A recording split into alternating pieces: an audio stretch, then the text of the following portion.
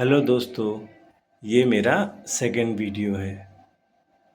First video में हम लोग कंप्यूटर के बारे में जाने। आज हम थोड़े विस्तार से कंप्यूटर के भागों के बारे में जानेंगे। चलिए स्टार्ट करते हैं दोस्तों। तो सबसे पहले मॉनिटर, जो आपके स्क्रीन पे नज़र आ रहा है, ये जो मॉनिटर है ये बिल्कुल टीवी की तरह ही डिस्प्ले होता है। इसमें भी लेफ़्ट साइड में नीचे की ओर आप देख रहे हैं एक पावर बटन होता है, जिससे हम मॉनिटर को चालू और बंद कर सकते हैं। और मॉनिटर में ही कुछ एक्स्ट्रा बटन्स और होते हैं जो उसके brightness, contrast, gamma, colour effect आदि को सेट करने के काम आते हैं। प्रायः ये ऑटो सेटिंग ही रहता है, लेकिन आप चाहें तो इन बटनों का उपयोग करके इसे सेट कर सकते हैं। थोड़ा ध्यान से लेकिन करना पड़ता है। उसके बाद इसमें कुछ खास नहीं है बताने के लिए, बस मॉनिटर के अलग अलग प्रकार होते हैं, LCD, LED, और सभी ठीक होते हैं, चलाने के लायक चला सकते हैं, उसमें कोई दिक्कत नहीं आता। दूसरा है हमारे, चलते हैं उसके पास, वो है हमारा माउस, जो आपकी स्क्रीन पर अभी नज़र आ रहा है। इस माउस में मैं अपना हाथ रखता हूँ। इस माउस में ये जो है ये लेफ़्ट बटन है और ये है राइट बटन। लेफ़्ट बटन का यूज़ मैं आपको स्क्रीन पे दिखाता हूँ। इसका यूज़ हम करते हैं किसी भी ऑप्शन को सिलेक्ट करने के लिए, ताकि उससे काम ले सकें।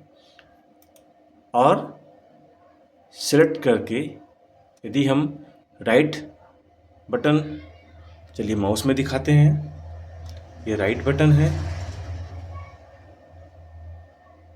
राइट बटन से उससे संबंधित हम ऑप्शंस मेनू को ओपन करते हैं, जिससे हम उसके अंदर जाकर उन ऑप्शनों का यूज़ कर सकते हैं। और अगला हम वापस चलते हैं माउस की ओर। माउस को हम जिस डायरेक्शन में मूव कराते हैं, उसी डायरेक्शन में ये जो माउस का पॉइंटर होता है, ध्यान देना दोस्तों, माउस का ये पॉइंटर होता है, उसी दिशा में ये मूव यानी कि उस ओर जाता है।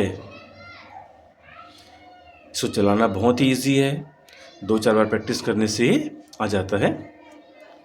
उसके बाद वापस चलते हैं माउस की ओर, और हमें दिखता है माउस के बीच में ये स्क्रॉल, जिसके द्वारा हम यहाँ पर पेज को अप डाउन करने के काम, स्क्रॉलिंग का काम करते हैं, जो हम आगे सीखेंगे। उसके बाद हम आते हैं अपने मॉनिटर से होते हुए अपने कीबोर्ड की ओर। आप देख रहे हैं कीबोर्ड में बहुत सारे बटन होते हैं।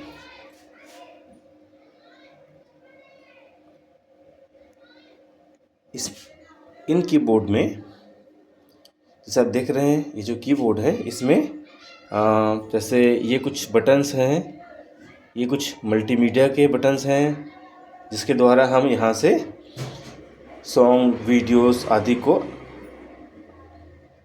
चला सकते हैं, ऑपरेट कर सकते हैं। ठीक है।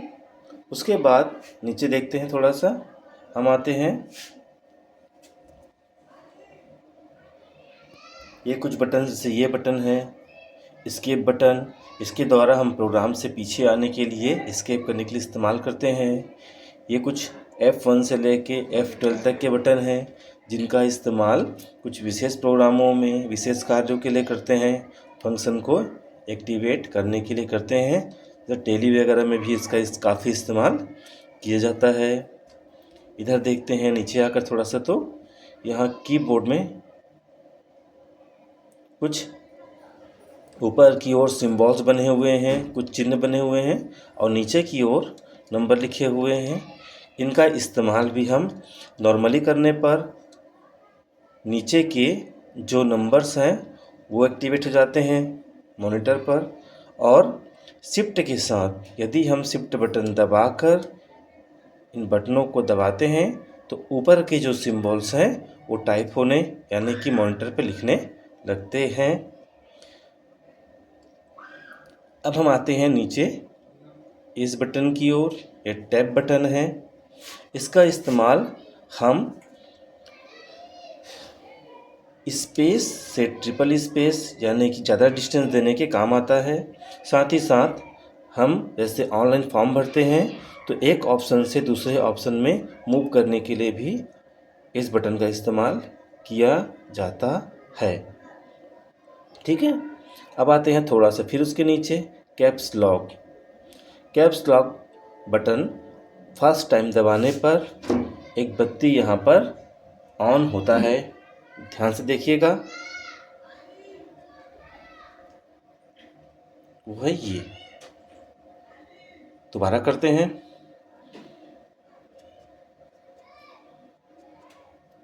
ऑन होने पर ये बटन एक्टिवेट हो जाता है। इससे हम जब भी टाइप करेंगे कीबोर्ड के माध्यम से तो कैपिटल लेटर में सारे अक्षर टाइप होने लगते हैं, और यदि हम इसको वापस दबाते हैं और ये बत्ती यानी कि इंडिकेशन बटन बंद हो जाता है तो जब अब हम टाइप करेंगे लेटर्स को तो वो स्मॉल लेटर में टाइप होने लगेगा। ठीक। उसके बाद थोड़ा नीचे आते हैं शिफ्ट बटन। इसका इस्तेमाल अगर कैप्स लॉक ऑफ है और स्मॉल लेटर में टाइपिंग चल रहा है और किसी सिंगल लेटर को कैपिटल करना हो तो हम शिफ्ट बटन दबाकर उस लेटर को बड़ा कर सकते हैं, या मैंने पहले बताया था अगर हम शिफ्ट बटन दबाकर इन डबल चिन्ह वाले बटनों को दबाते हैं जिसमें नंबर या डबल डबल चिन्ह बने हैं तो शिफ्ट के साथ अगर हम दबाएं तो ऊपर के चिन्ह आने लगते हैं, सिंबल आने लगते हैं। इसका भी यूज़ हम शिफ्ट के साथ कर सकते हैं। ठीक है। ये धीरे धीरे अभ्यास के साथ आ जाता है, ज़्यादा दिक्कत नहीं होता। कीबोर्ड को हम अपने रोज़ के प्रैक्टिस में लेकर धीरे धीरे सीख जाते हैं। ज़्यादा तकलीफ़ या सीखने में कठिनाई नहीं होती। हाँ, शुरू में लगता ज़रूर है लेकिन धीरे धीरे ये हाथ में जमने लगता है, आ जाता है। इसलिए घबराएं ना, टेंशन ना लें, धीरे धीरे अभ्यास करें तो अच्छे से सीख जाएंगे। उसके बाद नंबर आता है हमारे पास CTRL बटन। ये है कंट्रोल बटन। इसका इस्तेमाल हम कुछ शॉर्टकट आदेश कंप्यूटर को देने के लिए इस्तेमाल करते हैं जिसे हम बाद में प्रैक्टिकली देखेंगे। उसके बाद हम आते हैं इस बटन की ओर। इसके लिए मुझे आपको स्क्रीन के पास ले जाना पड़ेगा। इस बटन का इस्तेमाल करके हम अपने स्टार्ट बटन जो मैंने पहले वीडियो में आपको सिखाया था या विंडो को बटन को एक्टिवेट करने के लिए करते हैं। पहले हम इस ऑप्शन को बंद कर देते हैं, वापस चलते हैं और मैं आपको स्क्रीन पर दिखाता हूँ। ये स्टार्ट मेनू को ओपन करने के लिए, ये विंडो बटन को ओपन करने के लिए, क्लोज करने के लिए किया जाता है। वापस आते हैं।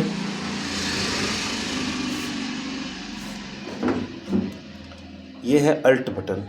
इसका इस्तेमाल भी कुछ विशेष कमांड देने के काम आता है। टेली आदि प्रोग्रामों में इसका बटन का इस्तेमाल किया जाता है। उसके बाद आपको कुछ अक्षर इंग्लिश के दिख रहे होंगे। इन्हें इस प्रकार से बनाया गया है ताकि हमको टाइपिंग करने में दिक्कत ना हो, आसानी से बटन हमको मिल जाए। ठीक है दोस्तों।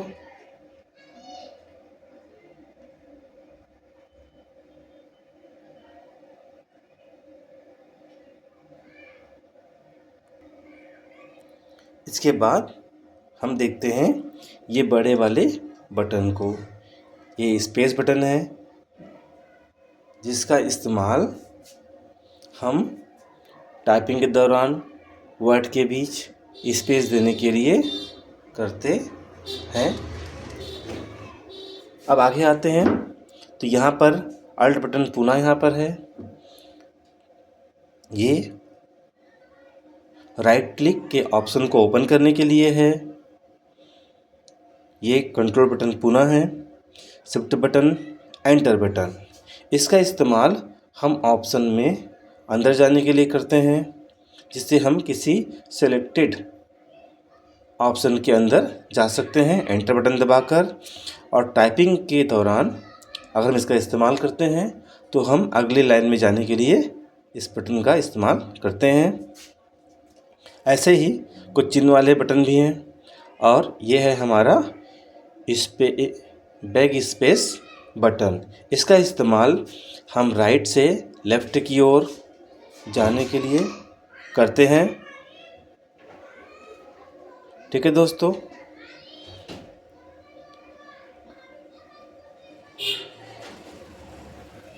आज के लिए मेरा वीडियो बस यहीं तक, क्योंकि वीडियो बड़ा हो रहा है। तीसरे वीडियो में कीबोर्ड के आगे के बटनों के बारे में जानेंगे। तब तक आप इसे देखें, सीखें, दोहराएं। Good bye.